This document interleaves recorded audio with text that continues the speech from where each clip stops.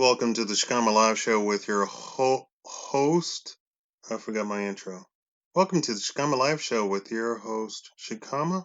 I'm sure this has happened before, probably many times, probably hundreds of times. It just doesn't get reported because it probably is an insignificant incident like this. But when you're dealing with international airport in Lagos, Nigeria, maybe it doesn't happen that often at all. It was an incredible moment. The man leaps onto the wing of a passenger jet as it prepares to take off in Nigeria and tries to get into the cabin.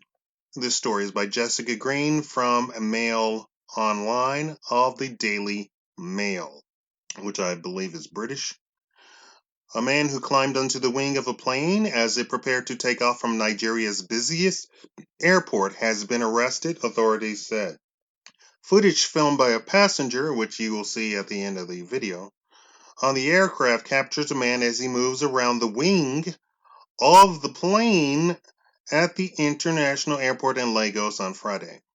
Panicked passengers appeared eager to flee the aircraft and called crew members to open the exit doors.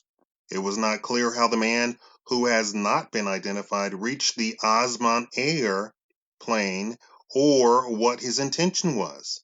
The intruder made his way to the aircraft on the runway as it waited for clearance from air traffic controllers. Federal Aviation Authority of Nigeria spokeswoman Henriette Yakuba said. Having spotted the man, the pilot of the aircraft apparently slowed down and later turned off the engine as the man continued to explore around the plane. Mrs. Yakubu said the plane was taxied back for a thorough check before departing for Port Harcourt. It was the latest Nigerian airport security breach. In 2017, passengers on a private jet in Lagos said thieves forced open the cargo door and stole luggage. For those who are not aware, Nigeria is the richest country in all of Africa, the continent of Africa. Tell me what you think about him, man. And here is